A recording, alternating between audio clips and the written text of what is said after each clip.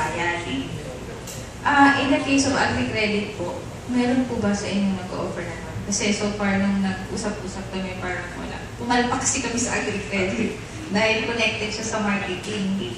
Tapos yung payment na kung meron po bang nag-involve na sa Sino gusto mag-share? Micro-agri.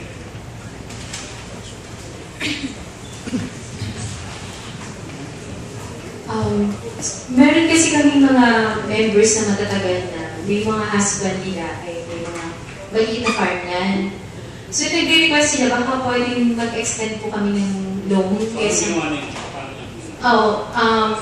Katulad po nung dati, kasi nga, inassess po niya namin yung capacity kasi malamang yun yung negosyo ng wife niya ang magagamit kasi meron po kami tinatawag ng weekly contribution or monthly contribution pa rin na bibigyan. Doon yung mismong payment niya after harvest. So let's say 3% siya per month sa agri. Kung upon harvest, let's say for 4 months, so saka lang namin kukunin yung principal plus the interest. Pero hindi sila exempted din sa savings and other weekly contributions. Pero ilan lang po yun, wala pa pong 20, konti lang po yung extend namin. successful? Dun sa Dolores area namin, hindi siya naging successful. Bukod doon, ang laki ng cost.